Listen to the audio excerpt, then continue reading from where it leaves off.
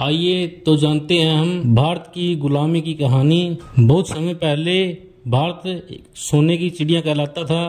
यहाँ हर जगह धन, संपत्ति और ज्ञान था, लेकिन भारत का सबसे बड़ा दुश्मन कोई बाहर वाला नहीं था, बल्कि भारत के अपने लोग थे। तो आज हम जानेंगे 10 ऐसे फैक्ट जिससे भारत देश गुलाम हुआ। नंबर 10, आंतरिक फूट।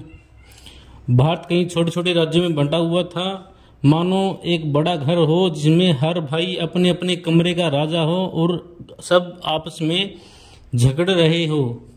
जब विदेशी आए तो उन्होंने देखा ये तो पहले से लड़ रहे हैं, हमें बस चाल चलनी है। नवाब सिराजुद्दौला अंग्रेजों से लड़ रहे थे, युद्ध का बिगुल बज चुका था, दोनों सेनाएं आमने सामने थी, लेकिन अचानक उनके सेनापति मीर जाफर ने पीठ में छुरा घोंप दिया, यानी अंग्रेजों का साथ दे दिया। एक पल में पूरी बाजी पलट गई और बंगाल पर अंग्रेजों का राज शुरू हो गया। मीर जाफर गद्दारी न करता तो अंग्रेज कभी ताकत नहीं पकड़ पाते। जयचंद और मोहम्मद गोरी 1192। राजा पृथ्वीराज चौहान वीर थे, लेकिन उनके ही रिश्तेदार जयचंद ने ईर्ष्या में आकर मोहम्मद गोरी को मदद दी। नतीजा, तराइन की दूसरी लड़ाई में पृथ्वीराज हार गए और भारत पर तुर्कों का राज शुरू हुआ, यानी घर का बेदी लंका ढाए वाली कहावत सच हो गई। धर्म और जाति का झगड़ा। गांव गांव में लोग खुद को पहले हिंदू मुसलमान ऊंच नीच जाति मानते थे, देशवासी नहीं। विदेशी शासक आए और बोले इनमें तो पहले से ही फूट है, हमें बस आग में घी डालना है। और सच में एक दूसरे से बटे हुए लोग कभी एकजुट होकर लड़ नहीं पाए। जब अंग्रेज तोपे, बंदूकें और नेवी लेकर आए थे तो भारतीय राजा अब भी तलवार और घोड़ों पर भरोसा करते थे।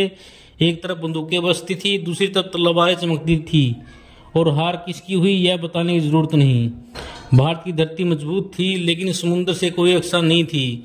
पुर्तगाली, डच, फ्रेंच और अंग्रेज सब जहाजों में बैठकर आए और बंदरगाहों पर कब्जा कर लिया, जैसे कोई चोर घर के पीछे से दरवाजा खोलकर घुस जाए।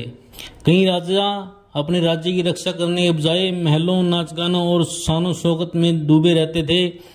विदेशी धीरे धीरे उनकी जमीनें छीनते गए और राजा सोचते रहे अभी वक्त है, लेकिन जब समझ में आया सब हाथ से निकल चुका होता है। विज्ञान और मशीनों में आगे बढ़ गया, वहां उद्योग लग रहे थे, फैक्ट्री से कपड़े बन रहे थे।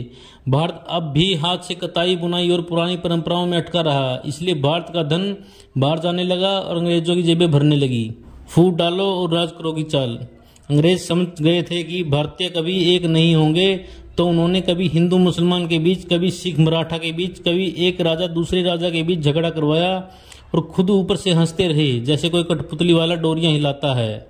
सब लोग अपने अपने राज्य, अपनी जाति और अपने धर्म तक सीमित रहे। हम सब भारतीय हैं, यह सोच बहुत देर से आई। जब तक सबको यह समझ आया, तब तक अंग्रेज पूरे भारत में अपनी पकड़ बना चुके थे।